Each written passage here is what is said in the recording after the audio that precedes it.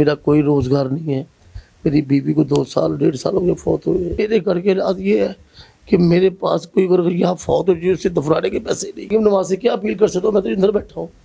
اگر میں اپیل کر بھی لوں مریم نواز صاحب سے وہاں تک میری آواز نہیں جائے گی.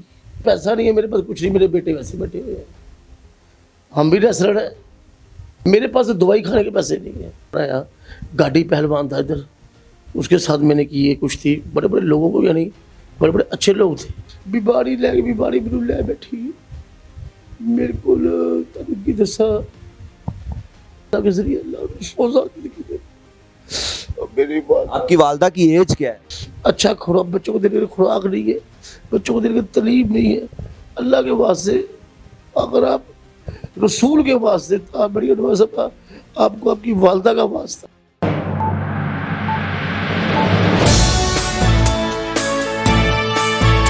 السلام علیکم ناظرین، میں ہوں آپ کا ہوسٹ عزیز چودھری. آپ دیکھ رہے ہیں گلوبل میڈیا نیٹ ورک. ناظرین، غربت ہمارے ملک کا وہ ناسور ہے کہ جو سفید پوش لوگ ہیں ان کے لیے 2 ٹائم کی روٹی جو ہے پورا کرنا محال ہو گیا ہے. اوپر سے مہنگائی. آج جو میں آپ کے سامنے ایک سٹوری لے کے حاضر ہوا ہوں ناظرین، سن کے آپ کے رونگٹے کھڑے ہو جائیں گے کہ ایک انسان جو ہمیں تقریباً کوئی 15 سے 20 دن ہو گئے ہمارے ساتھ کانٹیکٹ کر رہا ہے، کال پہ کال کر رہے ہیں کہ جی سر مجھے ٹائم دے. تو آج ہم ان کے پاس آئے ہیں اور وجہ معلوم کریں گے کہ کیا ایسی وجہ تھی، کیا ایسی ان کی مجبوری تھی جو کال پہ کال کر رہے تھے کہ جی ہمیں ٹائم دے، ہماری بات سنیں. تو آج ناظرین کے سامنے ان کے سارے حالات و واقعات رکھیں گے. جی السلام علیکم. جی وعلیکم السلام. کیسے ہیں سر؟ سر گزر رہی ہے جیسی گزر رہی ہے. سر پہلے تو اپنا نام بتائیے. سر میرا نام سہیل بٹ ہے. میرے والد کا نام مسعود اقبال بٹ ہے. جی تو سر کیا ایسی مجبوری تھی کہ آپ نے ہمیں کال کی کہ جی مجھے ملنے آئے؟ ایسی کیا وجہ تھی؟ سر دراصل میں باہر نکل نہیں سکتا. کال پہ میں آپ کا شکریہ آپ آئے ہیں، آپ کی مہربانی، اللہ تعالیٰ آپ کو زیر زندگی دے. آپ میری آواز سننے آئے ہیں. میں دراصل اپنی آواز عوام تک اور حکومت تک آپ کے ذریعے پہنچانا چاہتا ہوں. 15 سال ہوں گے سر میں چارپائی پہ بیٹھا ہوں. میرا کوئی روزگار نہیں ہے. میری بیوی کو 2 سال 1.5 سال ہو گئے فوت ہوئے. 5 میرے بچے چھوٹے چھوٹے کہ دیکھ لینا، کوئی مستقبل نہیں ہے. والدہ میری 80 سال کی ہے جو جاب کرنے جاتی ہے میرے لیے. سر یہ جو آپ کا اس وقت حالت ہے، یہ اس کی اصل وجہ کیا تھی؟ کوئی انفیکشن ہوا ہے یا کوئی بیماری، کیا ہے سر؟ سر اصل وجہ یہ ہے کہ میں حکومتی پلوان ہوں. میں اپنی حکومت کا پلوان ہوں. میرا باپ دادے حکومت کے لیے لڑے ہیں، برطانیہ جا کر، ہر پاس جا کر. میں ان کی نسل کا ایک بیٹا ہوں حکومت کا. آپ کی نسل میں سے کون سے ایسے مشہور پہلوان ہوئے؟ کاما پہلوان، جاڑا پہلوان اور پولو پہلوان، یہ سب میری نسل میں ہیں. جی ناظرین، آپ سن رہے ہیں کہ جن پہلوانوں کا نام انہوں نے لیا ہے. ہمارے ملک ہے کہ یہ بھی مسئلہ ہے کہ جو انسان اپنے ملک کے لیے کھیلتا ہے، لڑتا ہے، لیکن جب وہ ایسی کسی سٹیج پہ آ جاتا ہے تو اس کی کوئی ہیلپ نہیں کرتا، یہاں تک کہ کوئی ان کو پوچھنے تک نہیں آتا. لیکن جب وہ ایک کارکردگی میں ہوتے ہیں، اپنے کام کو سر انجام دے رہے ہوتے ہیں، تب ان کی بڑی بلے بلے واہ واہ ہوتی ہے. تو اس وقت آپ کے گھر کے حالات کیا ہیں؟ میرے گھر کے حالات یہ ہے کہ میرے پاس کوئی اگر یہاں فوت ہو جائے اسے دفنانے کے پیسے نہیں ہیں. کوئی فوت کی ہو جائے گھر میں، بٹھانے کے پیسے نہیں، دفنانے کے پیسے نہیں ہیں. آپ کے بچے کتنے ہیں ٹوٹل؟ میرے 5 بیٹے ہیں. ان میں سے کوئی اسکول جاتا ہے؟ سارے جاتے ہیں پر میں میرے پیسے ہی نہیں. اس کا مستقبل کیا ہے، اس کا مستقبل کیا ہے، کسی کو پوچھو. اور یہ میں بیٹھا ہوں، کسی کو بھی پتہ کون کہاں بیٹھا ہے. میں مریم نواز سے کیا اپیل کر سکتا ہوں؟ میں تو اندر بیٹھا ہوں. اگر میں اپیل کر بھی لوں مریم نواز صاحب سے وہاں تک میری آواز نہیں جائے گی.